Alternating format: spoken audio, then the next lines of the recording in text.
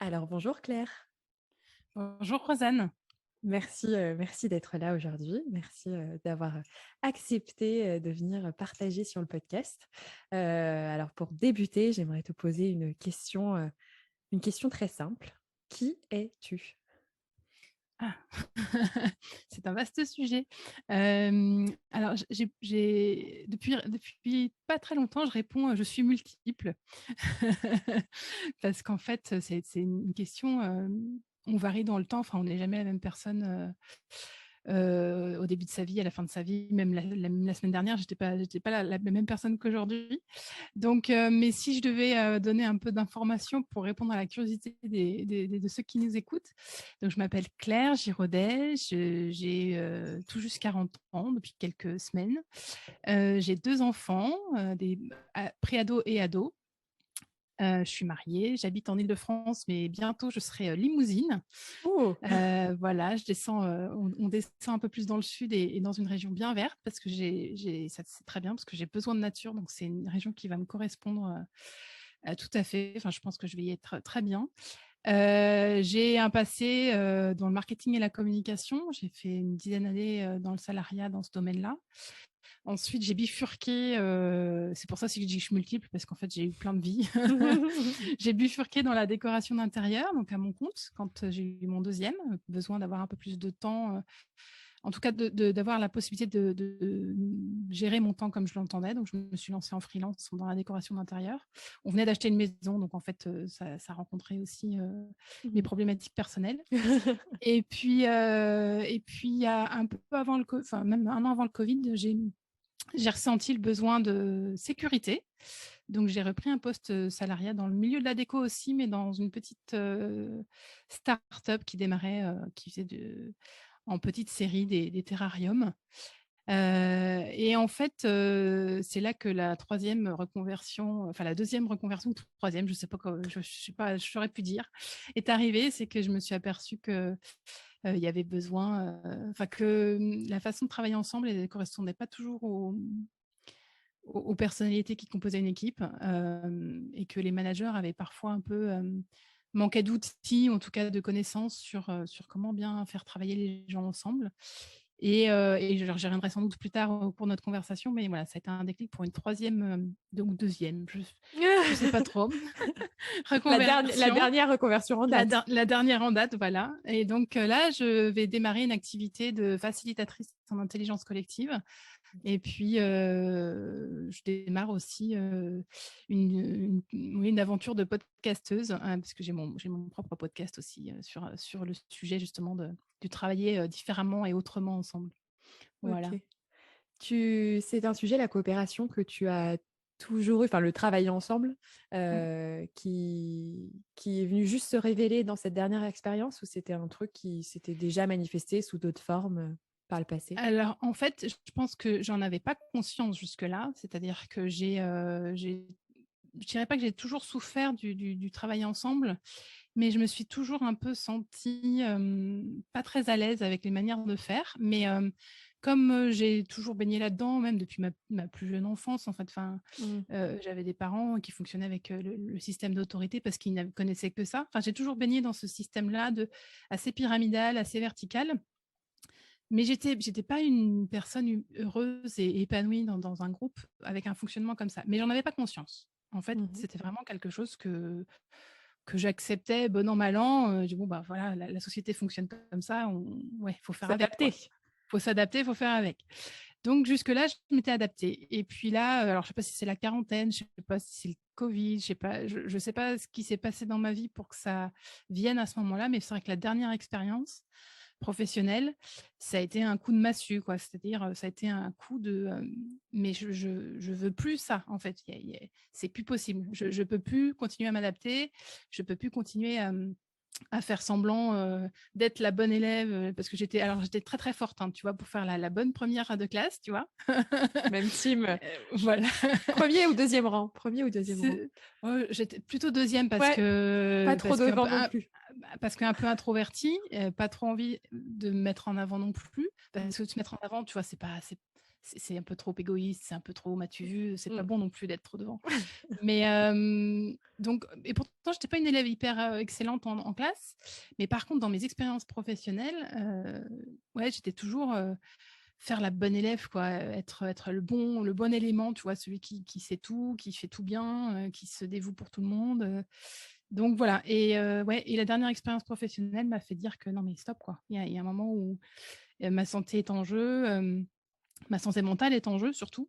Donc voilà et qu'est-ce qui dysfonctionne dans ce système pour que des gens comme moi se sentent comme ça, quoi et voilà un peu le donc et le sujet de la coopération est arrivé l à ce moment-là parce que du coup, j'ai lu, je me suis renseignée, j'avais bien une intuition de, faut faire différemment.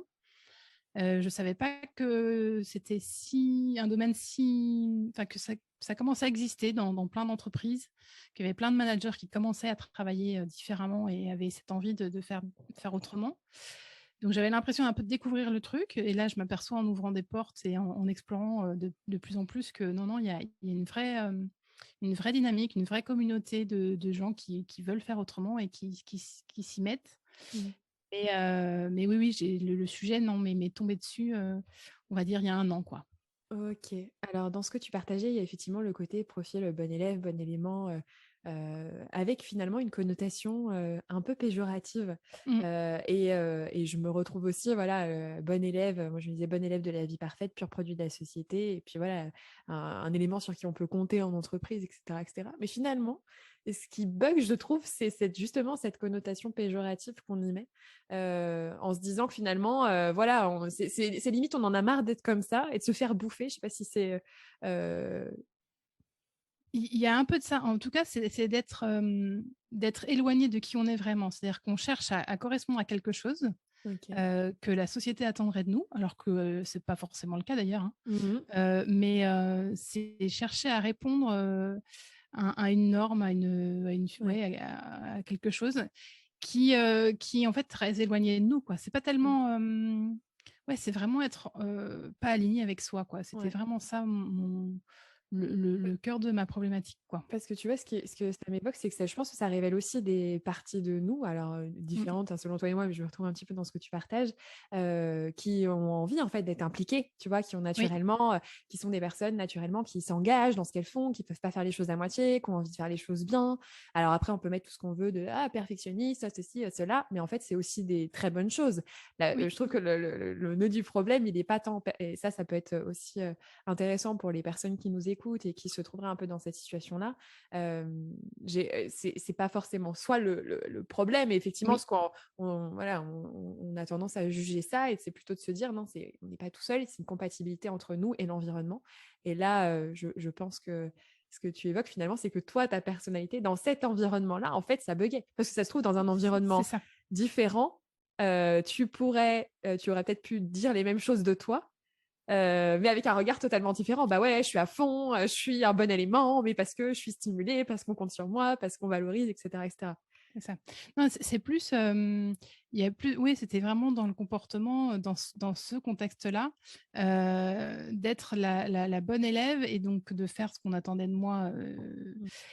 mais en fait, ce qu'on attendait de moi était peut-être pas assez bien défini et donc effectivement, l'environnement jouait beaucoup sur le fait je que j'utilisais mes compétences, mais pas à bon escient et pas de la bonne manière de faire, quoi, en fait et j'étais pas alignée parce qu'effectivement, oui, je suis quelqu'un qui a envie de contribuer, qui a envie de participer, qui a de l'énergie, des idées et cetera.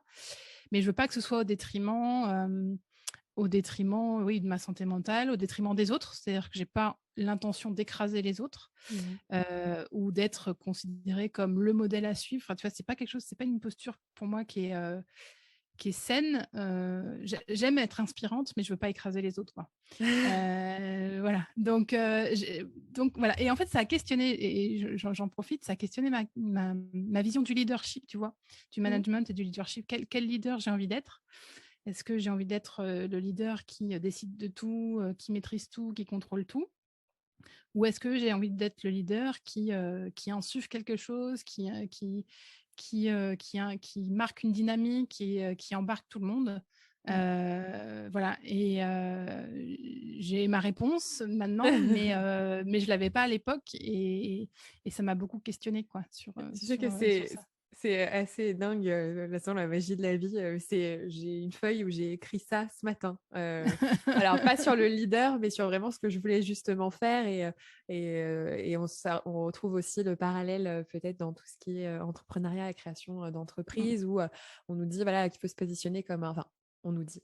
Moi, quand j'ai découvert, du coup, je me suis formée à tous ces sujets-là, sur toute la partie entrepreneuriale. Voilà, vous êtes un expert, il y a un problème auquel vous avez une solution. Du coup, vous donnez la solution aux personnes qui ont un problème, etc., etc. Une posture très très experte et très sachante. Mmh. Et moi, je sais qu'il y a eu un moment où c'était, mais c'est pas possible en fait. Enfin, c'est pas possible. C'est pas ce que ça me semble pas. Enfin, je ne crois pas en ça en fait. Mmh C'est mh. pas en alignement en fait. Et c'est pour ça que ça fonctionne pas. C'est que c'est pas en alignement. Effectivement, qu'est-ce que je veux faire? Et je pense qu'il y a une idée de proposer dans ce que tu dis dans le leader finalement C'est ça. qui ouvre, qui facilite aussi. Tu parlais de C'est facilitatrice. c'est C'est ça. aussi une posture différente. C'est oui, en fait, j'expérimente un peu cette posture avec un groupe d'adultes que j'anime, et c'est vraiment, dans le mot facilitation, c'est faciliter. Il y a vraiment ce terme-là, c'est être là, être disponible, et faciliter l'émergence de toutes les richesses de tout le monde, en fait. C'est ça, moi, qui m'intéresse. Mmh. C'est-à-dire que mes richesses, c'est très bien, c'est génial. Si je peux les exploiter, tant mieux. Mais l'autre est aussi riche que moi et a autant de choses à apporter que moi s'il est, au bon endroit, si, on l'encourage, si on crée un cadre et un environnement qui est propice à l'émergence de ses talents et de ses compétences et de sa motivation. Il se passe des choses géniales, quoi. Vraiment, il y a quelque chose qui est de l'ordre, ouais, pas de la magie, mais Mmh. presque. Enfin, il y a quelque chose qui est assez incroyable à vivre. Ouais. Et donc, et quand dans ce groupe d'adultes, quand j'ai commencé à avoir cette posture-là, bah, il y a les personnalités se sont révélées. C'est-à-dire que j'ai même pas eu besoin de savoir, quelles étaient les compétences de chacun, et en fait, naturellement, chacun a pris sa place, a trouvé sa place. On en a une qui est hyper dans l'organisation, dans l'anticipation, et qui a pris tout le côté un peu, au fait, je vous rappelle, on se retrouve à telle heure, telle date. Il y en a une qui est hyper, qui est coach, et donc qui est hyper dans la positivité, dans l'encouragement de chacun, etc. Donc, tu vois, qui apporte ce regard-là, pétillant, vif, positif. Et puis, on a quelqu'un de plus pragmatique, qui est un peu toujours à questionner, mais est-ce que vous êtes sûr que, mais c'est génial aussi. Enfin, Ouais. bref, il y a plein de choses qui se passent, sans qu'on ait besoin de dire, bah, toi, tu vas faire ça, toi, tu vas faire ça, et puis toi, tu Ouais. t'occuperas de cette tâche-là, quoi. Et du coup, c'est hyper, pour le facilitateur ou le leader ou le manager, hein, si on transpose aux situations, c'est hyper confortable parce qu'en fait, il y a pas à se poser 1000 questions. Les choses arrivent et se font, dans une fluidité confortable pour tout le monde, quoi. Il y a une question qui me vient et je suis vraiment curieuse d'avoir ton retour d'expérience là-dessus. Hem, donc tu dis que tu as un moment pris cette posture-là, je ne sais pas si au départ naturellement, heu, tu tu tu t'es dit: «Bon, bah, voilà, quelle est ma place en fait?» Je sais que moi dans Mmh. mon ancien réseau, pro, s'il y en a qui passent par là, j'avais un réseau à animer donc que j'ai mis en place et au départ, je sais que j'étais perdue. C'était vraiment des questions que je me posais. Quel est mon rôle? À quoi je sers? Est-ce que je suis là pour répondre à leurs questions? Est-ce que je suis là pour les mettre en lien? Est-ce que je suis là pour... Et j'avais énormément de mal à le définir. Donc, ça me stressait. Petit à petit, en fait, je me suis rendu compte que ma place, elle était justement dans un peu finalement de la facilitation, à mettre en lien, à leur mettre, à être finalement... j'avais pas besoin d'être une experte et d'avoir réponse Mmh. aux questions. Mais au départ, j'étais un peu dans cette forme de, tu vois, de crispation parce que, et c'est le sentiment que j'ai, et j'aimerais vraiment avoir ton avis là-dessus.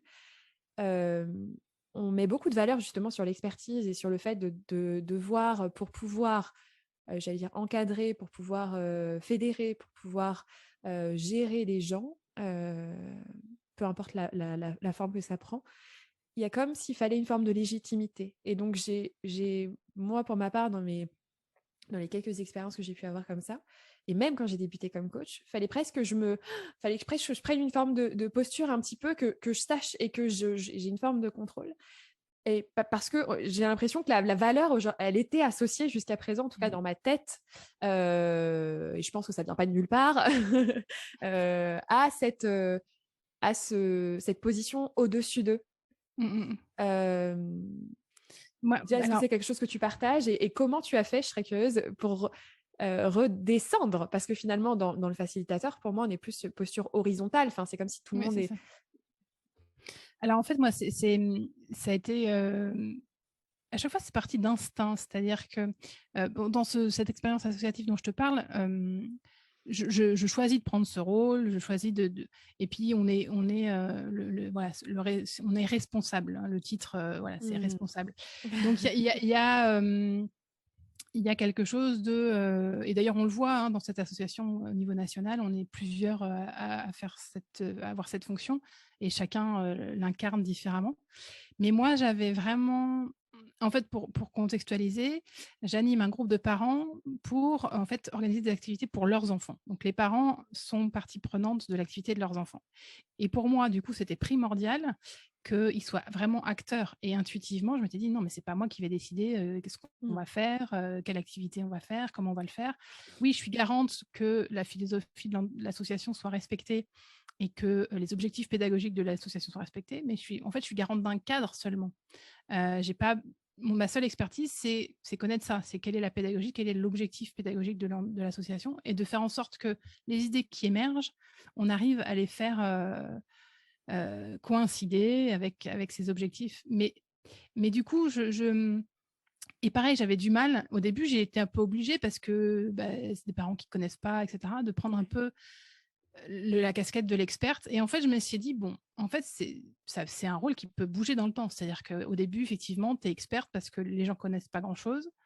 Donc, on va dire le Mmh. premier trimestre, tu vas être plus dans, effectivement, apporter du contenu, apporter du sens, expliquer pourquoi on fait les choses comme ça, pourquoi ce qu'ils proposent là, c'est pas possible, mais si on le bouge un peu et qu'on le fait évoluer dans ce sens-là, c'est possible, ça devient possible. Et puis, je me suis dit, petit à petit, tu vas pouvoir lâcher du lest. C'est-à-dire que tu vas ensuite, une fois que le cadre sera posé, tu vas pouvoir les laisser, agir dans ce cadre et faire en sorte qu'ils trouvent leur place. Et c'est ce qui s'est passé. Mais c'était très intuitif de ma part. C'est-à-dire que, il y avait pas j'avais pas l'envie d'être dans le contrôle tout le temps, parce que c'est aussi une Ouais, charge, hein, c'est faut se le fatigant. dire, c'est épuisant. Et moi, je sais que je m'épuise vite à vouloir être, dans cette personne qui est moteur et qui, Ah ouais. voilà, ça me va au début parce que j'aime la nouveauté, le lancement, mais sur le long terme, ça me convient plus, quoi. Ah. Donc je me suis dit: «Bon, en fait, oui, tout est modifiable, sur le temps, quoi». C'est-à-dire que c'est pas parce que tu as une posture à un temps donné qu'elle peut pas être différente, au fur et à mesure et que tu peux pas la faire évoluer. Elle est contextualisée en fait à la fois par, C'est ça. le moment, les individus que tu as en face de toi et j'allais dire Leur la relation aussi parce que C'est ça. c'est une autre personne la relation, la dynamique relationnelle qui se crée et elle est contextualisée. C'est ça. Et elle est complètement, effectivement, au début, on se connaît pas, on est des inconnus, hein, dans ce groupe, à part 2 parents qui étaient déjà là l'année passée. Voilà, c'est donc il faut apprendre à se connaître, il faut s'apprivoiser, faut comprendre comment chacun fonctionne. Et là, mon rôle, je le prenais comme une experte, effectivement, pour apporter un certain nombre de données de contexte, mais aussi comme une, garante de la qualité des liens qui allaient se tisser. C'est-à-dire que ma, je savais très bien que si je voulais que ma vision, mon objectif, soit atteint, il fallait que je sois hyper vigilante au départ à ce que la qualité des relations et des interactions soit, extrême, enfin voilà, que ce soit, d'être hyper vigilant sur le fait que ça prenne le bon départ et la bonne direction. Et donc j'avais vraiment, tous les premiers mois, c'était, dans mon esprit, c'était toujours faire lien, faire lien, faire lien, faire lien. Mmh. Quitte à ne pas atteindre les objectifs, entre guillemets, qu'on se fixait, mais l'important, c'est la convivialité et c'est construire le collectif, quoi. Est-ce que j'ai envie de partir dans plusieurs directions. C'est vraiment ce qui vient par rapport à ça. C'est juste qu'on reviendra sur ton expérience. J'aimerais Ouais. vraiment que tu viennes nous parler de ce système, un peu d'autorité tu as identifié dans ton expérience, mais Ouais. là, par rapport à ce que tu me dis, ça vient résonner avec, je serais très curieuse de connaître ton point de vue là-dessus. Je pense que pour avoir ces rôles-là, ça c'est ma conviction à moi, il y a des tout le monde n'est pas fait pour avoir ces rôles-là. Je pense que, il y a vraiment une part de naturel et tu parlais de place dans ton groupe, j'allais dire de personnalité, d'humanité, qui qui sont particulièrement sensibles à ça et qui sont du coup des bonnes personnes pour se positionner à ce moment-là. Ce qui fait que naturellement, toi, tu as eu cette considération autour du lien, que en fait, tu as senti les gens que tu avais autour de Mmh. toi et comment créer ce lien. Euh, et j'allais dire convaincue, je suis convaincue de rien, mais aujourd'hui, on va dire que ce que je pense à propos de ça, c'est que tout le monde n'est pas fait pour Mmh. être en position de j'allais dire leadership, de facilitateur, de manager, de ceci, de cela, que c'est pas dans la nature de tout le monde, et qu'il y a d'ailleurs beaucoup trop de personnes dans notre système pyramidal, je pense qu'on y reviendra, où en fait la façon de progresser dans l'entreprise notamment, ça va être de prendre le poste managérial, alors que la personne n'a pas cette fibre-là. Peut-être qu'elle est plus, on est plus sur des profils analystes, plutôt voilà, a besoin de comprendre les choses ou de réflexion, etc. Et finalement, naturellement, pas particulièrement tourné vers l'humain. Ça ne veut pas dire du tout inhumain, ça veut juste dire c'est pas le moteur en fait de cette personne-là.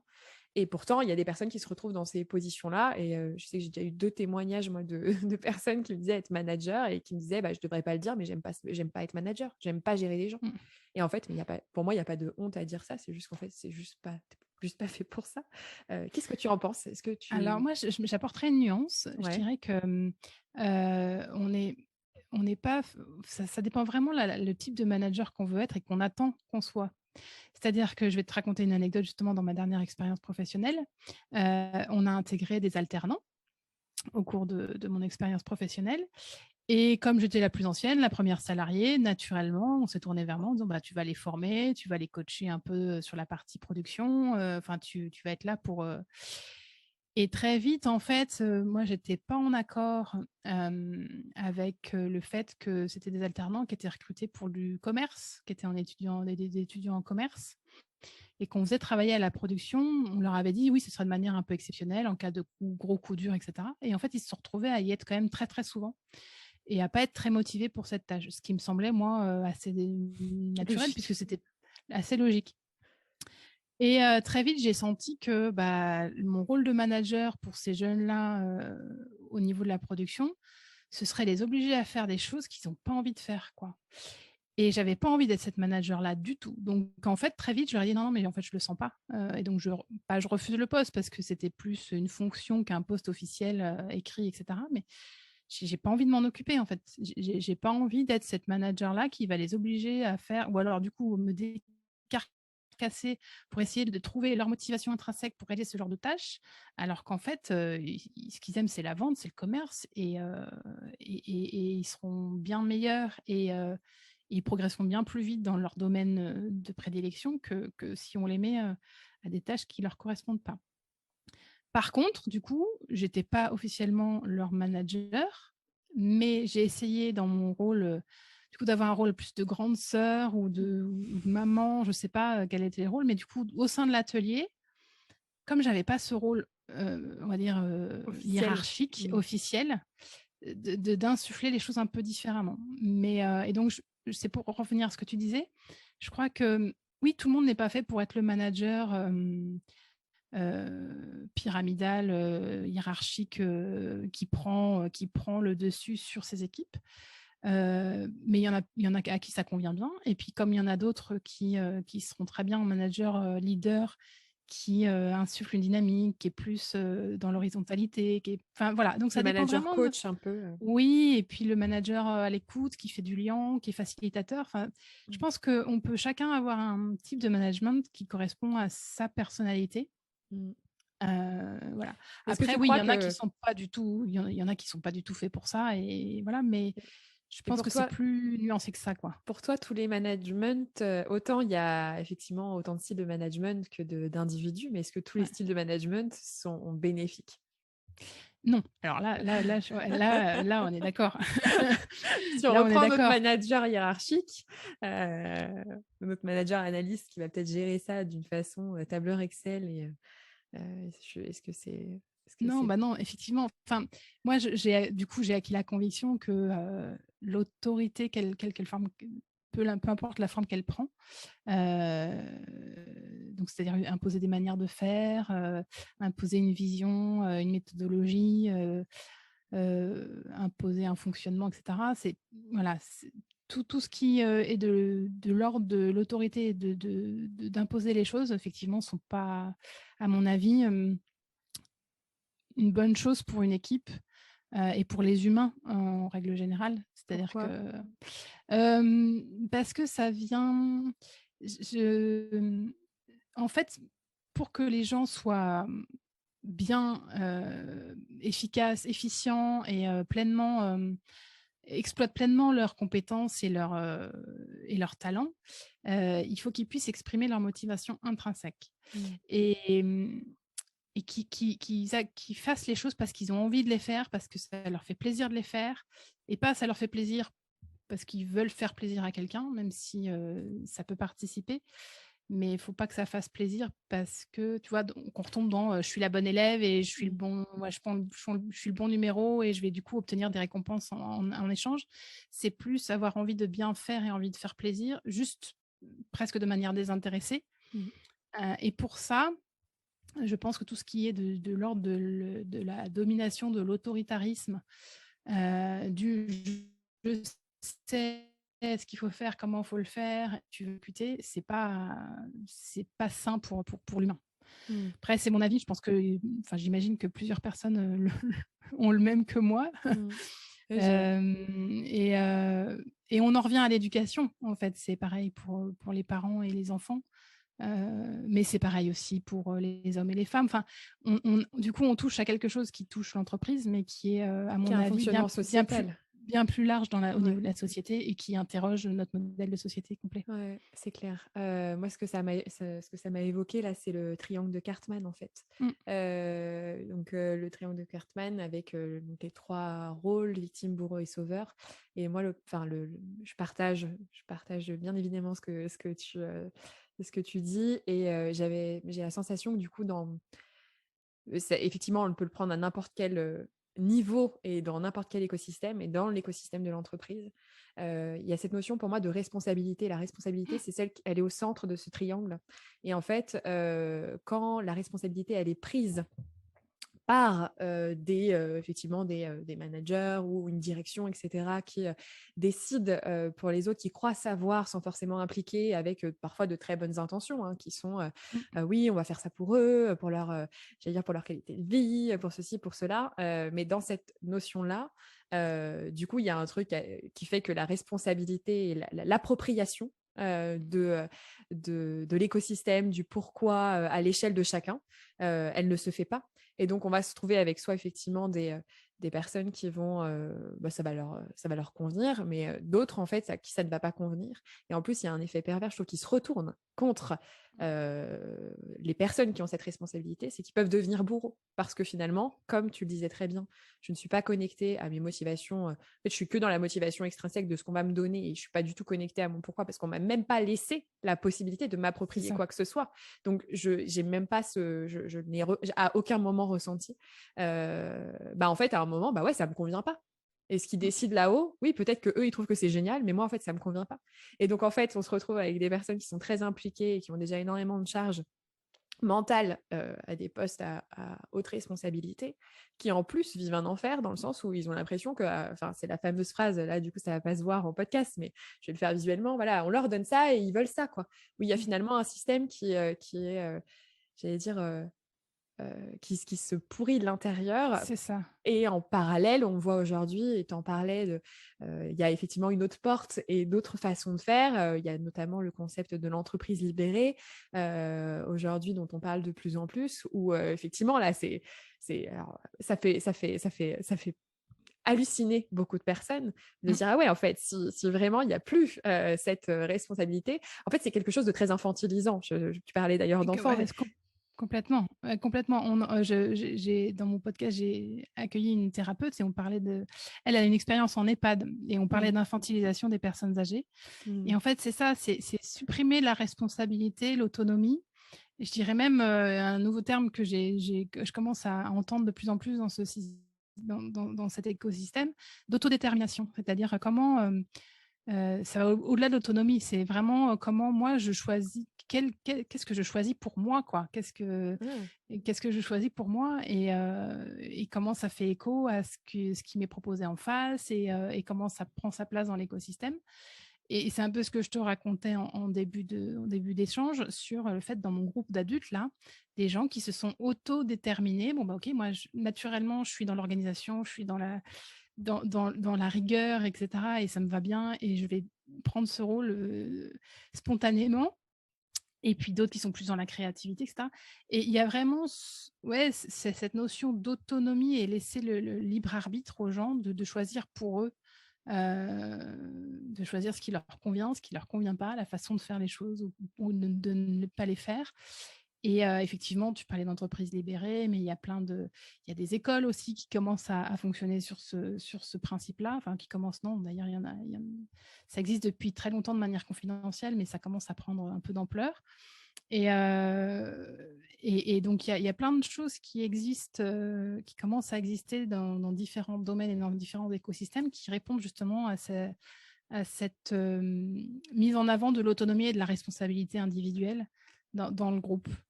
Et qu'est-ce que ça suppose comme prérequis? Parce que, enfin, là, le fait il y a presque un phénomène de défense, est lié à la peur. Lié à la Oui. peur de: «Si je donne ça, on va me prendre ça. Si on leur laisse de la liberté, en gros, si on leur laisse décider, bah, ça va être la porte ouverte à toutes les fenêtres». Voilà, enfin, c'est je pense aux personnes qui vont écouter, je me fais, toujours un peu l'avocat du diable parce que je trouve que c'est très intéressant de pouvoir apporter des éléments de réponse, enfin, pas des éléments de réponse, figés parce qu'il y en a pas, Non. mais des propositions en tout cas de se dire: «Ouais, mais en fait, pas forcément», mais Alors qu'est-ce que ça suppose? alors justement, il y a pas de réponse figée, d'autant plus dans ce domaine-là. Mais ce que je commence à comprendre de ce fonctionnement-là, c'est qu'il y a d'abord un présupposé, c'est la confiance Ouais. et c'est on va dire, j'ai presque envie de dire, c'est, faut qu'elle soit là a priori sans inconditionnellement, faut qu'elle soit là. Il y a, ce qu'on appelle le cadre, mais qui est du coup un cadre normalement, enfin dans ces écosystèmes-là, dans ces fonctionnements, qui est co-construit avec les membres. C'est-à-dire que c'est pas un cadre qui est là a priori et puis il faut qu'on fonctionne comme ça parce qu'on retombe dans le schéma de faut faire comme ça. Mmh. Mais c'est un cadre qui est co-construit avec les parties prenantes, c'est-à-dire que c'est des règles qui sont, données par tous, acceptées par tous et que du coup, et je le vois dans des groupes d'ailleurs, je fais une petite aparté mais qui illustre le propos. J'ai fait des animations de groupe, quand on démarre en disant: «Bon, ben, voilà, on va fixer les règles là pour l'heure ou les 2 heures ou la demi-journée qu'on va passer ensemble, donc c'est vous qui allez fixer les règles» et en tant que facilitatrice, en fait, on s'aperçoit que, on n'a pas besoin de faire un rappel aux règles au cours de la matinée parce que comme les règles ont été établies par tout le monde, que tout le monde est d'accord avec et ben, en fait, ça s'autorégule. C'est-à-dire que quand il y en a un qui, par exemple, on avait décidé de pas faire que les portables soient pas sortis pendant 7 heures ou 7h30. Il y en a un qui sort son portable et ben, le groupe Mmh. Heu, rappelle la règle et elle est acceptée. Comme la personne était OK et a accepté la règle dès le départ et ben, elle range son portable, très, très vite en disant: «Oui, effectivement, excusez-moi, Mmh. j'avais oublié qu'on avait fixé cette règle» et c'est accepté. Du coup, il y a voilà, le cadre, mais le cadre posé par les participants et par les parties prenantes. Je crois que c'est les 2 présupposés et avec, dans la confiance, je mettrais aussi le fait que, dans la confiance que si on donne, on va recevoir de toute manière, d'une autre peut-être pas de la même façon qu'on avait imaginé, pas forcément par la personne à qui on a donné, mais que ça va nous revenir d'une manière ou d'une autre, en fait et ça il y a la confiance entre les personnes, mais il y a aussi la confiance, dans ce fonctionnement et dans le fait que Mmh. ça va nous revenir d'une manière ou d'une autre. Ouais. Après là, je pense que ça peut, dans effectivement le ouais, on sait ça c'est on l'entend, je pense de plus en plus voilà, le fait de donner, en fait, naturellement, donner même avant de recevoir, et ça génère naturellement, en fait, et ça, c'est le vrai, on l'a tous vécu hein, dans nos expériences, c'est pas forcément dans le monde professionnel, mais voilà, ces endroits où vous êtes justement désintéressé, l'idée, c'est, j'allais dire, il n'y a même pas besoin d'imaginer qu'on va recevoir, parce que si on se Oui. dit, ok, je le fais, et puis ça me reviendra un jour, il y a une attente finalement qui nous éloigne du plaisir de donner. Et qu'est-ce que c'est? Et déjà de se connecter juste à ça, de se dire juste, en fait, là, j'accorde peut-être du temps à une personne, je la considère, et en fait, je le fais pas parce que ça va, même si on va recevoir, ça c'est le bonus, c'est le cadeau, mais sur le moment, le bonheur que c'est d'avoir juste, en fait, dans l'instant, justement, sans attente, sans avoir envie d'un résultat en particulier, avoir donné de son temps, de son énergie, de sa considération, de façon, on disait tout à l'heure, désintéressée. Bah ça, c'est magique aussi. C'est presque Oui. de... Bah, je pense que je crois pas, enfin, ça fait partie des besoins, enfin, il me semble que ça fait Ouais, partie des besoins universels, quoi. c'est clair. Contribuer d'une manière ou d'une autre, ça fait On partie des l'oublie, besoins hein. universels de l'humain, mais et justement, on en revient à l'autorité. L'autorité peut empêcher ce don désintéressé Mm. et du coup ne vient pas nourrir ce besoin de contribution naturelle et qui est extrêmement nourrissant pour un humain de contribuer de manière désintéressée. Donc, ouais, l'autorité, le cadre, le pyramidal fait que parfois ça peut ouais, éteindre, Étouffé, ouais, étouffer éteindre. quelques besoins et donc du coup étouffer, éteindre des humains. Enfin, moi, c'est clairement ma dernière expérience. Je le disais autour de moi, je suis en train de m'éteindre. Mm. Voilà, donc parce que j'étais pas à ma place, j'étais pas dans un écosystème qui me correspondait, parce que donc voilà, il faut en avoir conscience. Après, il y a quelque chose qui me vient là, qu'on apprend quand on fait de la communication non violente, c'est que l'utilisation de la force, ce qui pourrait être représenté par l'autorité, parfois elle est nécessaire pour ce qu'on appelle alors je sais plus comment Marshall Rosenberg l'appelle, mais tout ce qui est sauvegarde de la vie, quoi. C'est-à-dire quand il y a une Mm. question vitale. Ouais. Je pense notamment aux parents et qui peuvent s'interroger s'ils écoutent ce podcast en disant oui, mais ce serait très bien, ok, mais Elle mon est enfant, gentille, mais... voilà, mon enfant se met à courir comme ça n'importe comment dans la rue, il y a une voiture qui passe, bien sûr que je vais user de la force et je vais user de mon autorité et je vais faire en sorte qu'il revienne au plus vite près de moi pour être en sécurité. Évidemment. L'autorité, elle n'est pas forcément néfaste tout le temps. Elle est néfaste dans beaucoup de cas, mais il y a des fois où c'est... Quand le modèle repose sur elle, en fait. Ouais, c'est ça, quand c'est uniquement quand c'est le point central du fonctionnement et d'une relation. Ouais, je pense que Ça, c'est... ça me renvoie au paradigme finalement du dominant-dominé aussi, enfin du Mm, côté, à un moment, on a beaucoup ça, je trouve, dans notre société. J'ai l'impression de dire des grandes phrases un peu, tu vois, un peu gros clichés, mais c'est pas grave, c'est une on y va. réalité. C'est On une y va. Enfin, en réalité. tout cas, c'est ma perception, en tout cas, ma perception finalement. On nous apprend, et notamment, je pense à quand on fait des études, etc. Voilà, on va être, j'allais dire l'élite. Voilà, il y a des métiers valorisés, Mm, d'autres moins. Donc moi, je suis mieux que toi, je sais mieux que toi. Donc une forme de alors qu'on a tous, si on s'intéressait seulement en fait à l'individu, là justement de son titre, même au niveau de voilà de nos éducations, des classes sociales, il y a ce truc un peu de oui, non mais bon, lui je l'écoute pas trop parce que de toute façon je suis au-dessus. Donc finalement il y a quelque chose de l'ordre de euh, à un moment, dans quelle mesure, et on parlait aussi d'expertise tout à l'heure, mm, voilà, de ces rôles, de bon, ça y est, j'ai un statut, j'ai une posture, où je deviens même parent, de responsabilité voilà, dans tout un domaine, dans plein de domaines de vie. Dans quelle mesure le fait j'ai l'impression qu'on nous a formatés pour se positionner par rapport aux autres et de nous couper de, en fait, cette humilité, je pense, qui est essentielle, de se dire, en fait, je ne suis moi, c'est une phrase que je m'écris souvent, je ne suis personne. Dès que je sens que je pars un peu dans l'ego, et c'est de revenir à ma fille, tu n'es personne en fait. Et alors, ça peut être dur. Moi, ça me fait vachement de bien de me dire ça. Je suis personne en fait. Je suis juste là. Il y a plus de 7 autres milliards d'individus sur cette planète, et en fait, chacun a à m'offrir. C'est ce qui fait aussi que tu vois, dans des interactions comme ça, par exemple, même en accompagnement, c'est de me dire, mais en fait, je sais que moi, à travers l'échange, je vais aussi apprendre des choses. Alors que Ben si oui. je me place comme, et de revenir à ça, en fait, je suis personne, hop, ça fait redescendre. Mais voilà, j'ai vraiment l'impression qu'on nous apprend à mieux savoir que les autres, à avoir un Ouais. avis plus raisonné sur les choses que les autres. Et puis telle personne, ah ouais, bah, de toute façon, elle est voilà, perchée, ou elle est, bah, de toute façon, ouais, lui, il est simple, etc., etc. Et finalement, à passer à côté de, ouais, mais il y a quand même peut-être quelque chose à apprendre de cette vision-là. Et ça renforce encore plus, je trouve, les, ce truc des uns contre les autres aussi. Mm.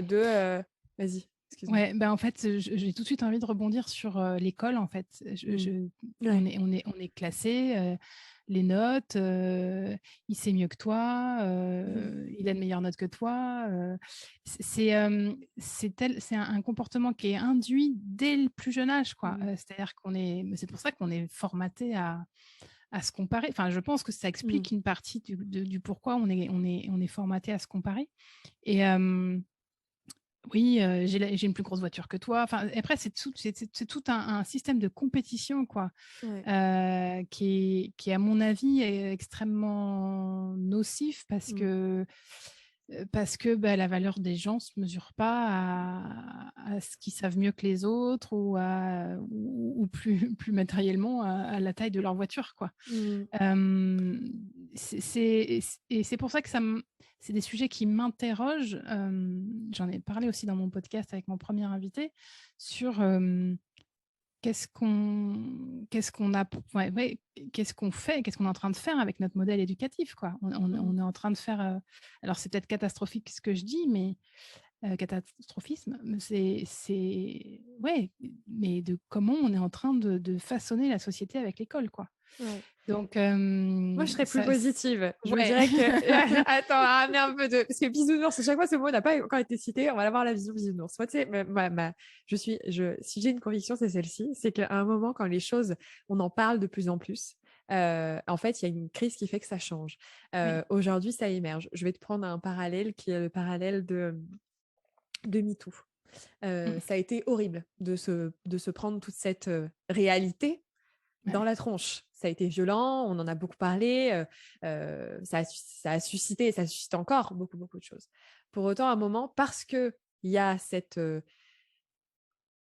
un vrai problème, une vraie crise, et aujourd'hui, je pense qu'on est est-ce que c'est parce qu'on vit dans cette époque-là? Je ne sais pas, mais j'ai l'impression qu'on est en train de vivre un tournant, qu'il se passe beaucoup de choses, en fait, quand même, depuis ces 20 dernières années, Internet, etc., etc., etc. Enfin, il y a quand même beaucoup, beaucoup de choses qui évoluent de façon très vite. Bah moi, je suis convaincue que à un moment, le truc émerge, c'est un gros bordel. On a l'impression de ne pas savoir par quel angle le prendre. Pour autant, aujourd'hui, alors c'est optimiste et bien sûr c'est à nuancer, mais ça va être beaucoup plus difficile pour quelqu'un de public de faire des saloperies parce qu'il sait que potentiellement ça peut se savoir alors qu'avant ça ne se savait pas. Donc il y a presque une régulation derrière d'un phénomène. Je prends cet exemple parce que je trouve qu'il est parlant. Mais tu vois, par rapport à l'école, aujourd'hui, moi, j'entends, et c'est pour ça aussi que le podcast, il existe et qu'on a ces conversations, et que toi, tu as aussi ton podcast et qu'on est plein à vouloir transmettre ces messages-là, c'est pour un moment les mettre là C'est en ça. grand et se dire, OK, en fait, l'idée, c'est pas juste de constater. Je pense que c'est C'est pas la ça. démarche. C'est à partir du moment où on constate et qu'on a ce regard extérieur et ce recul, je trouve que ça permet de se dire, OK, et quelles sont les autres façons? Et ce qui est magique, c'est qu'il y a déjà des initiatives, et même je pense qu'ils remontent à très très longtemps, et Oui, oui, juste qu'on ne oui. regardait pas, et sur lequel on va se pencher davantage pour qu'il y ait une transition. Donc, c'est une vision un peu plus optimiste, je ne sais pas si Oui, elle... oui. Mais je vais illustrer aussi cette vision positive. Depuis que je me suis intéressée aux pédagogies alternatives, j'ai entendu parler du lycée autogéré de Paris, donc qui est un lycée en autogestion, c'est-à-dire que c'est un modèle complètement dingue, hein, pour ceux qui ont du mal à penser out of the box, tu vois. Même moi, même moi là, je suis curieuse de savoir, tu vois. En fait, alors grossir le trait. J'espère qu'ils m'en voudront pas s'ils entendent ce podcast, mais parce que je suis pas experte et j'ai pas encore eu l'occasion de les rencontrer. J'aimerais bien. En Ce fait, sera l'occasion, ce si sera elle dit des l'occasion boulettes, de passer un message. c'était des boulettes, il faut que vous lui parliez. C'est ça. En fait, les élèves vont ou pas aux cours qu'ils veulent. Ils sont organisés. En fait, le lycée est autogéré, c'est-à-dire qu'il n'y a pas de direction. Si je ne dis pas de bêtises, je crois que c'est des responsabilités, mais qui tournent. Des commissions, la commission ménage, la commission cantine, la commission... Enfin, tu vois, il y a plusieurs commissions comme ça. Il y a des profs et des élèves dans chaque commission. Et c'est tout ce système-là de commission, de délégation qui fait que le lycée s'autogère. Et en fait, c'est une initiative qui existe depuis 1982. Donc, comme quoi, il y avait déjà des gens qui avaient réfléchi à tout ça et qui avaient envie de faire bouger les choses. Donc, oui, c'est ça, voilà. Et du coup, il y a de plus en plus de gens qui s'intéressent à ça, des écoles alternatives qui émergent, et tant mieux. Et oui, et les choses bougent quand même si mon message initial était un peu pessimiste et catastrophique. Mais non, ça Non, mais bouge. c'est parce qu'à un moment, on se révolte, ça sert à ça, C'est ça. la colère. L'idée, c'est pas de devenir militant d'eux et se battre contre, en fait. C'est de se dire, Ça. à un moment, il y a un truc qui nous... Bah, ouais, c'est un vrai trigger, quoi. Et bah ouais, c'est génial quand... Et c'est exactement mon histoire. C'est-à-dire que parallèlement à cette prise de conscience professionnelle, en fait, pour faire dans la chronologie, j'ai eu cette prise de conscience professionnelle que ça ne me convenait pas. J'ai fait ce qu'on appelle un brown out, c'est-à-dire une perte de sens. Hein. On s'effondre, mais pas parce qu'on est surmené ou parce qu'on s'ennuie, c'est parce que ça n'a plus de sens. Et cette perte de sens m'a amenée à consulter une thérapeute. Et cette thérapeute a mis le doigt sur mon éducation, mon passé, ma famille, etc. Et c'est là que j'ai une rage, une colère qui est montée. C'est-à-dire qu'en fait, je me suis aperçue que ce n'était pas que des questions de travail, mais que c'était des questions universelles qui me touchaient moi, mais qui pouvaient toucher des tas de personnes. Et effectivement, tu parles de colère et de rage. Et en fait, alors que je suis quelqu'un de très doux et très bienveillant et comme ça, mais au fond de moi, mais tu peux pas savoir la rage qu'il y a de refus de perpétuer ce modèle, quoi. Ouais. Et c'est ça qui du coup fait sens pour moi aujourd'hui. Donc, je m'en sers pour faire tout ce que je fais. Mais... La colère, de toute façon, c'est une émotion. C'est une émotion qui est absolument géniale et qui est nécessaire. C'est celle qui permet justement de changer. Tu parlais de refus. Tous ces moments dans nos vies où à un moment on se dit, mais en fait, ça, c'est plus possible. Je sais qu'on n'a pas besoin d'arriver à... Alors là, on a déjà eu dans le podcast burn-out. On a un peu eu encore le burn-out. Voilà, on n'est pas obligé d'en arriver à un moment, effectivement, j'allais dire critique. C'est un moment... franchement, énervez-vous, prenez un oreiller dans une pièce et à quoi je dis non, quoi. À quoi je dis non, en fait. Et s'autoriser à dire j'en ai ras-le-bol. Et ça ne veut pas dire, parce qu'on a peur de la colère, on a peur de se perdre là-dedans, on a peur de plus pouvoir se redresser. Mais en fait, toutes nos émotions, elles sont passagères, elles sont temporaires, elles sont là pour une raison. Et à partir du moment où il y a ça, l'idée, c'est pas de se noyer dans sa tristesse, sa colère, même de vouloir perpétuer la joie. Non, ça a un rôle et ça transforme déjà. Et en fait, ce qui est là où on pourrait devenir aigri et voilà, partir dans quelque chose qui, justement, je trouve, alimente, c'est oh, je suis contre ça. Oui, attends, si je suis contre ça, en fait, j'alimente le fait que ça existe encore parce que j'ai besoin d'être contre quelque chose, donc je l'alimente. Mais pourquoi après, une fois qu'on a posé le non, en fait, et ce refus, quoi, je dis oui, en fait. Et c'est cet espace qui ouvre et qui fait péter, en fait, des barrières. Et la colère, voilà, elle est vraiment passagère. Et oui, moi, j'ai l'impression d'avoir fait plusieurs crises d'ado. J'ai pas l'impression d'avoir fait ma crise d'ado à l'adolescence, mais tu vois, des moments de révolte. Mais c'est pas possible. Toutes ces croyances qu'on m'a foutues. Et voilà, maintenant, je me retrouve à galérer, à souffrir, etc. Bon, oui, à un moment, ça fait du bien d'avoir ces moments de colère. Et c'est eux qui me permettent de voir les choses autrement aussi. Hein. Donc, oui, complètement. Et effectivement, elle peut faire peur et je te rejoins complètement. Moi, j'ai longtemps eu peur de la colère parce qu'en fait, dans mon entourage, les gens qui se mettaient en colère, en fait, pour moi, colère, c'était violence. Ah ouais, exactement. C'est très intéressant. Du coup, je refusais, et même quand ça m'arrivait quand même de me mettre en colère, en fait, je me détestais quand je me mettais en colère parce que Ouais. j'exerçais une forme de violence autour de moi, contre moi ou contre quelqu'un de mon entourage. Et je détestais ça parce que je voulais pas être cette personne-là. Ouais. Effectivement, bon, bah, il a fallu un peu apprivoiser cette colère et me dire non, non, en fait, il y a une énergie, une puissance C'est à clair. en tirer qui est bénéfique. Parce qu'elle se permet de se réaligner. Elle dit, OK, je refuse ça, comme tu le dis, je refuse ça, mais je dis oui à ça et du coup, je me réaligne. Ouais. Et parce que quand des fois, je me reprends en pleine figure l'objet de ma colère, je suis repartie comme en 40, quoi. Mmh. J'ai de nouveau envie de faire plein de choses, j'ai envie d'agir, et je retrouve une motivation à faire ce que je fais et à me lever le matin qui est géniale, quoi. Mmh. Et ça pourrait me faire déplacer des montagnes. Mmh. Donc, non, il faut pas avoir. Si ma psy m'entendait, elle hallucinerait parce que ça a Il ne été faut un pas avoir sujet. peur de la colère. C'est ça. La colère, ça a été un sujet Ah ouais. vraiment qui nous a suivis pendant plusieurs séances parce que c'était vraiment compliqué pour moi. Et voilà. Et donc, non, non, il faut. Faire C'est la important paix de avec la ouais, faire colère. faire la paix, l'écouter, en fait. Moi, je dis écouter sa colère parce qu'elle dit des choses intéressantes. Et après, effectivement, quand on a peur enfin, je te rejoins, c'est très intéressant ce que tu dis. Je pense que ça va infuser là, ça fait ting, ça a résonné. Le colère égale violence. Et effectivement, moi, enfin, c'est très juste, je trouve. Enfin, Mmh. et du coup, moi, j'aime pas le conflit. J'aime pas le Oui, conflit. c'est ça, Donc en c'est fait, ça. bah non, non. Du coup, je garde, je garde. Oui, non, mais en fait, la colère. Je la fuis, mais en fait, je l'ai contre moi parce qu'à un moment, j'ai pas C'est posé ça. mon cadre, j'ai pas posé mes limites. Parfois même, je ne sais pas quelles sont, quel est ce cadre et ses limites. Et en fait, l'idée, c'est de lui laisser un espace. Effectivement, on peut, et c'est très juste, ne pas avoir envie d'être telle personne et d'avoir peur qu'elle s'exprime d'une certaine façon. Et l'idée, c'est de se dire, mais dans un premier temps, en fait, je lui crée un cadre à cette colère. Si là, j'ai Mmh. besoin à un moment de péter un câble parce que je sens que ça me ronge à l'intérieur, de toute façon, on le sent, hein.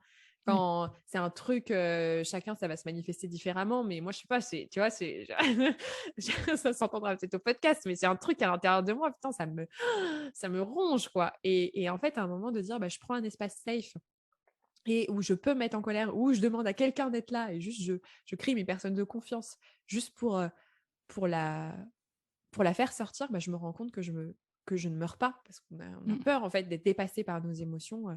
Et ce qu'il faut aussi peut-être avoir à l'esprit, je sais pas, du coup, toi, tu as eu peut-être un sursaut de colère, on peut avoir des sursauts de tristesse. C'est un moment quand on a tellement contenu une émotion pendant longtemps qu'on a appris à, voilà, à gérer et à, et à, et à, et à tenir et à essayer de dealer avec ça. Bon, bah, l'effet boomerang, voilà, à un moment quand ça sort, ça sort. Et oui, ça peut sortir de façon énorme et ça s'autorégule. C'est comme le C'est contrôle en ça. fait. On reparle d'autorité. C'est de l'autorité sur soi. Bah, à un moment, il y a la rébellion de.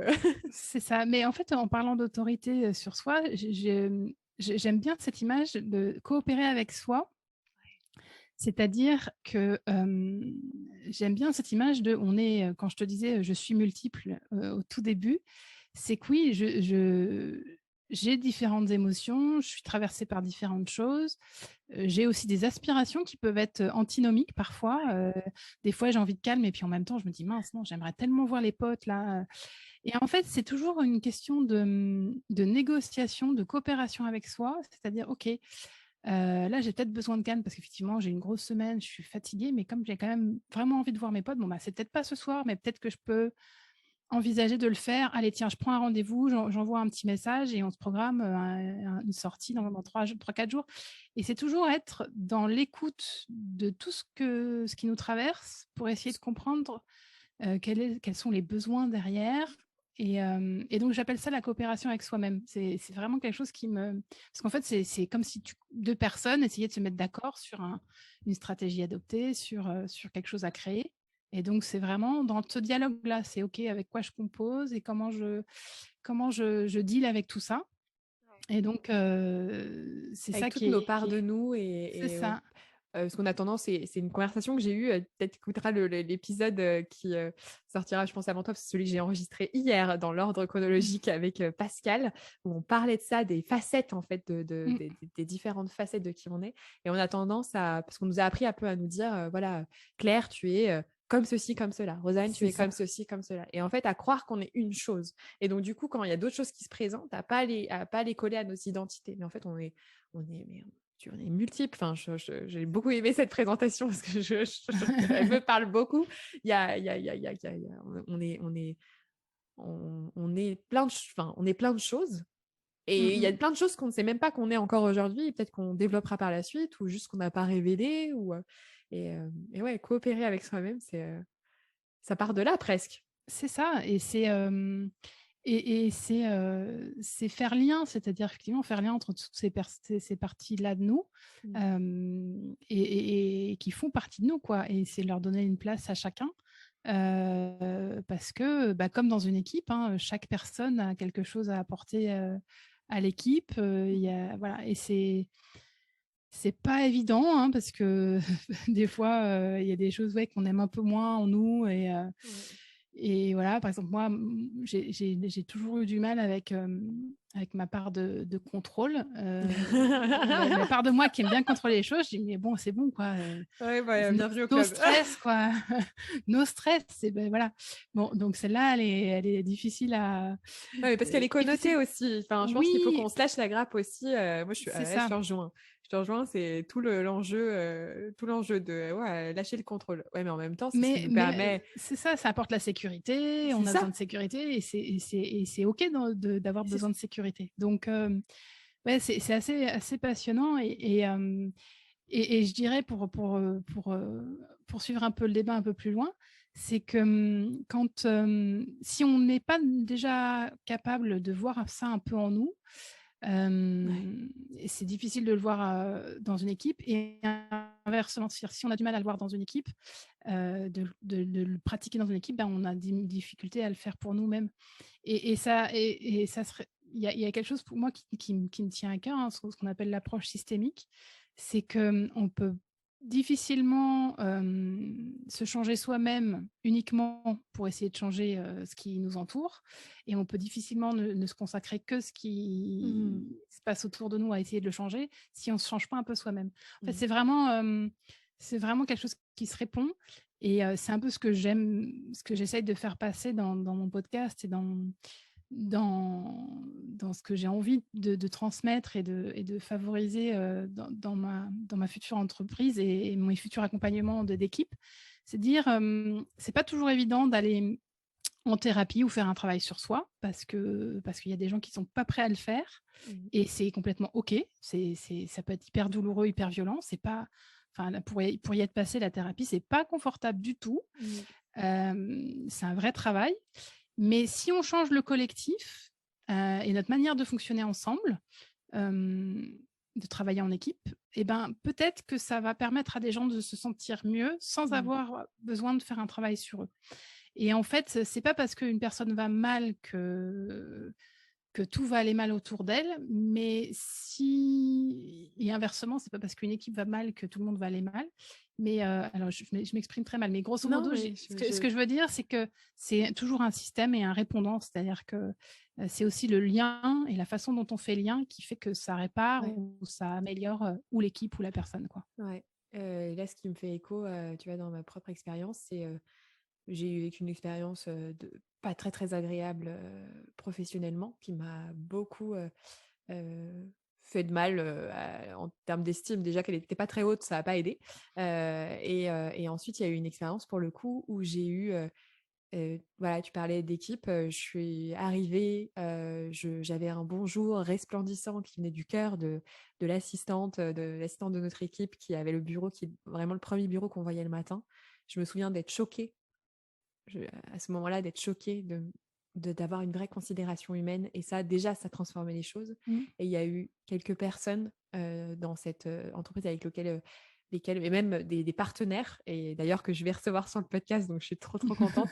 Des personnes, pour moi, c'est des personnes qui nous voient. Tu vois, c'est de voir les gens aussi. Je sais Oui. pas si à un moment, c'est la considération, et qui croit en nous plus qu'on croit en nous. Et moi, ça a changé ma vie. Enfin, il y a plusieurs choses qui ont contribué à ce moment-là à me reconstruire, à prendre confiance en moi, à me découvrir. J'avais le sport et j'avais aussi, euh, dans cet environnement professionnel qui était bienveillant, des personnes vraiment ou parce qu'ils ont été là, ils m'ont vu, ils ont vu les différentes parts de moi, mais les parts de moi qui, voilà, il y avait des parts de moi un peu peut-être de bon, j'ai envie de dire ça va faire, ça mais ouais, il y a un diamant en chacun de nous Mmh. et il y en a même plusieurs et qu'ils ont eu envie de, voilà, de mettre en lumière et voilà, des regards, ça a été, là, tu vois, j'ai plusieurs personnes qui me reviennent et c'était pas juste des collègues, mais sur ton chemin et c'est Mmh. des regards et des considérations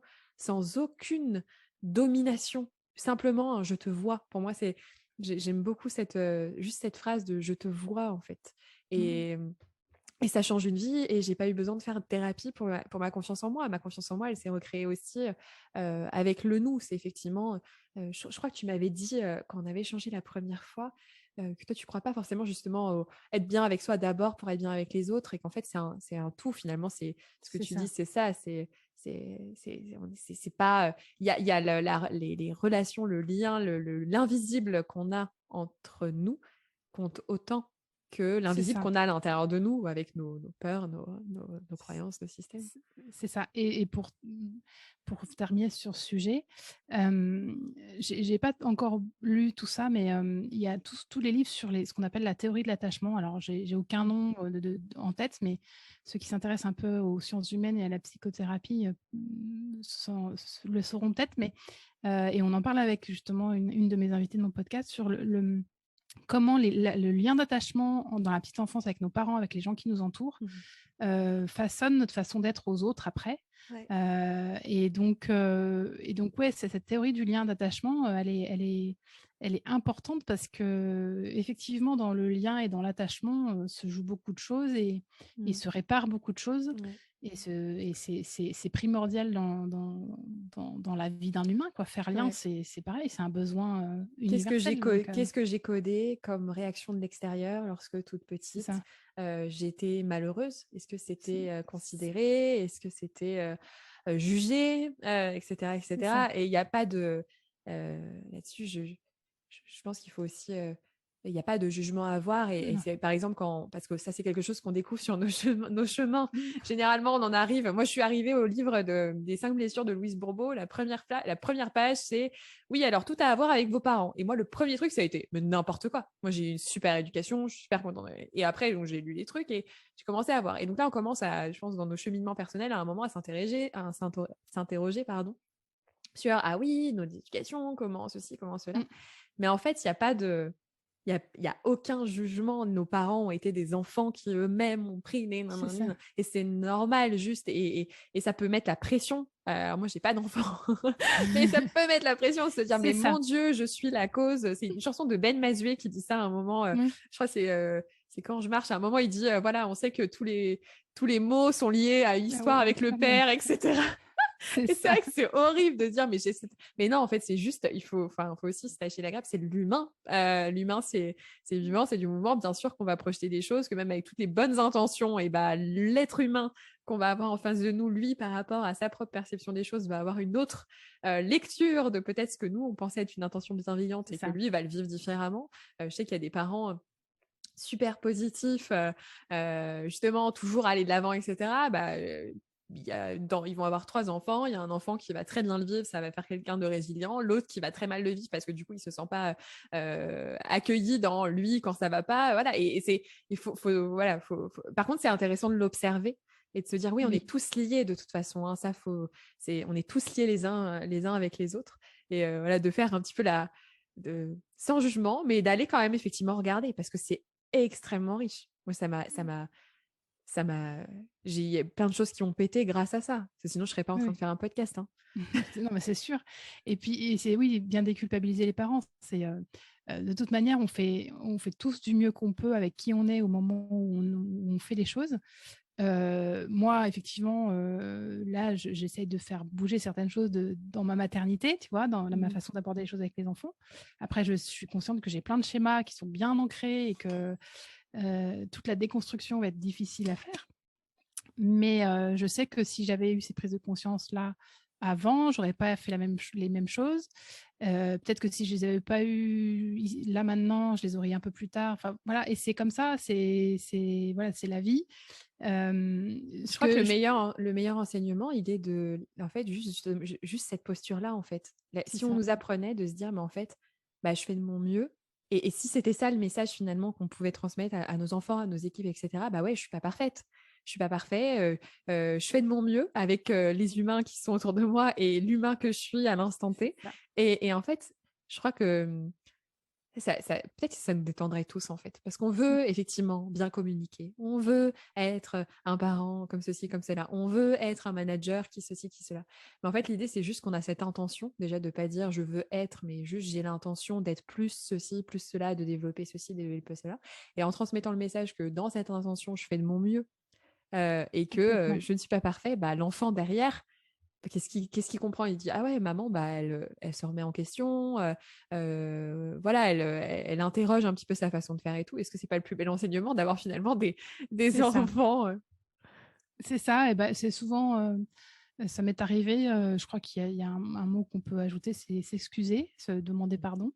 Mmh. Ça m'est arrivé, plusieurs fois parce que j'ai considéré que j'étais vraiment allée trop loin avec mes enfants, d'aller les voir en disant: «Écoute, là, j'ai pas été la maman que j'aimerais être.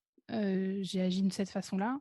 C'était peut-être pas la meilleure façon, mais c'était la seule que j'avais à m'apporter à ce moment-là parce que Mmh. j'étais en colère, parce que machin».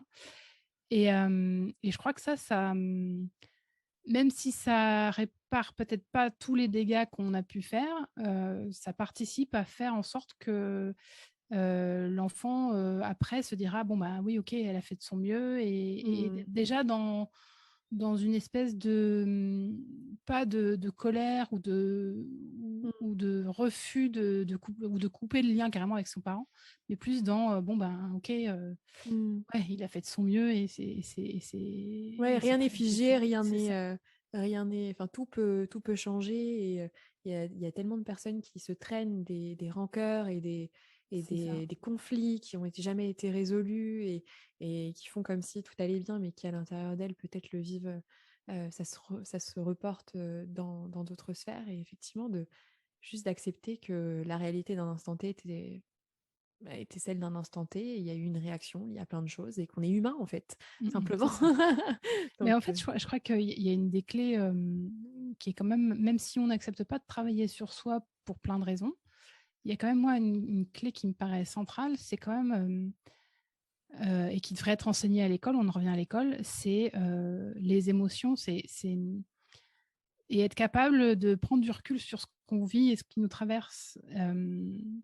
peu importe ce que c'est d'ailleurs, mais ce savoir-faire-là, Mmh. ce savoir-là, il me semble central pour tout ce qui est, la coopération, le vivre ensemble, le lien. Mmh. À partir du moment où tu es capable de dire: «OK, j'ai agi comme ça, je ne sais pas exactement peut-être pourquoi, mais Mmh. c'était pas ce que je voulais faire, voilà, c'était pas ce à quoi j'aspirais, mais j'étais incapable de faire autrement à ce moment-là».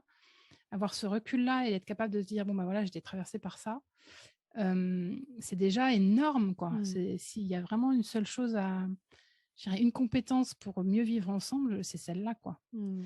La posture de l'observateur, ouais. Ouais. Peut-être pour terminer, parce que Oui. je pense qu'on pourrait parler Ça des heures et des heures. J'aurais encore des questions, mais on aura peut-être l'occasion de rééchanger plus tard. Pour terminer, j'aimerais te demander, pour des personnes qui t'écouteraient, des personnes qui ont une posture par rapport à leur, titre en fait, d'autorité, peut-être des managers, on va prendre cet exemple-là, hem, qui ont été dans une vision autoritaire, enfin voilà, ou hiérarchique ou, voilà, avec cet ascendant, tout ce dont on a parlé aujourd'hui, mais qui sentent au fond d'eux que c'est pas très juste. D'ailleurs, il me semble que quand on avait échangé, tu m'avais dit que toi, tu aurais pas voulu être manager dans ton ancienne entreprise parce que tu avais un modèle et que ça te c'est ça, correspondait pas, mais voilà. c'est Comme ça. quoi, voilà, en tout cas, qui sentent qu'il y a une sorte de façon de faire, qu'ils font, mais ils sentent au fond d'eux qu'ils aimeraient tendre vers plus de coopération. Quel est le conseil que tu leur donnerais pour qu'ils puissent s'engager sur ce chemin, dans cette intention, de la plus simple, et fluide des façons? C'est un gros objectif. Hem, alors s'ils sont déjà dans ce «j'aimerais faire autrement» et Mmh.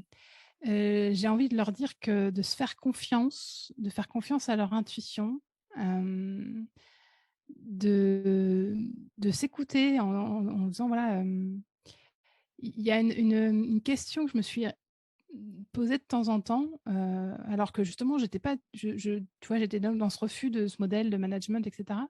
Je dis: «Toi, comment tu aimerais qu'on agisse avec toi?» Et tu vois, d'être, dans l'empathie, de prendre le rôle de la personne en face, de se mettre à la place de son collaborateur et de se dire: comment tu aimerais qu'on agisse avec toi?»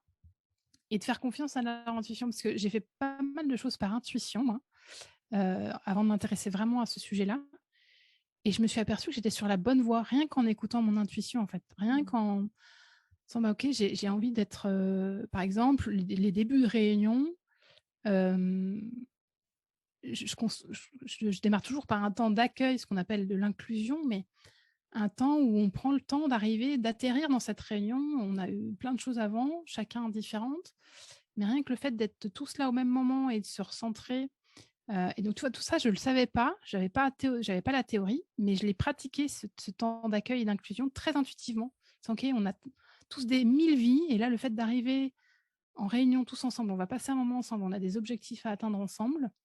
Bah, déjà, ouais, faisons corps ensemble. Donc, accueillons-nous les uns les autres. Comment ça va? C'est quoi votre état d'esprit? Mmh. C'est quoi vos soucis? Est-ce qu'on peut les laisser au pas de la porte? Est-ce que voilà? Et ça, je l'ai fait très intuitivement, tu vois? J'avais rien lu sur ce sujet, et donc je pense que, ouais, c'est vraiment le message, c'est faites confiance à votre intuition. Si vous sentez que déjà, vous n'êtes pas dans la posture à laquelle vous aspirez, faites-vous confiance. Osez des trucs. Mmh. Peut-être que ça marchera, peut-être pas, on ne sait Mmh. pas, mais j'imagine que si vous procédez déjà un peu différemment à ce que vous faites d'habitude, ce sera déjà un changement positif. Peut-être un tout petit changement, mais c'est déjà énorme, et faites-vous confiance, ouais, c'est Mmh. vraiment le faites confiance L'intuition à et l'intuition. à nos humanités. Je pense que humainement, Ouais, on est fait pour être en lien. Enfin, si on revient vraiment c'est ça, au-delà de dans notre humanité, on a déjà toutes les réponses, hein. Enfin, complètement, et puis donc, l'empathie, vraiment se mettre à la place de l'autre. Comment ouais. j'aimerais, moi, c'est en fait, j'ai transformé la façon de faire des réunions, parce que, Mmh. moi, en tant que participante de réunion, j'avais pas envie de réunions qui se déroulaient comme ça, donc j'ai commencé à façonner les réunions telles que je voulais les Mmh. vivre en tant que participant, et donc ouais, l'empathie, et l'humanité et l'intuition. Voilà. Yes. OK. Eh ben, écoute, trop bien. Merci beaucoup, Claire. C'était super intéressant. C'était passionnant et ouais, très, très intéressant. Merci beaucoup pour ton partage. Bah, merci de m'avoir donné la parole. Avec plaisir. À bientôt. À bientôt.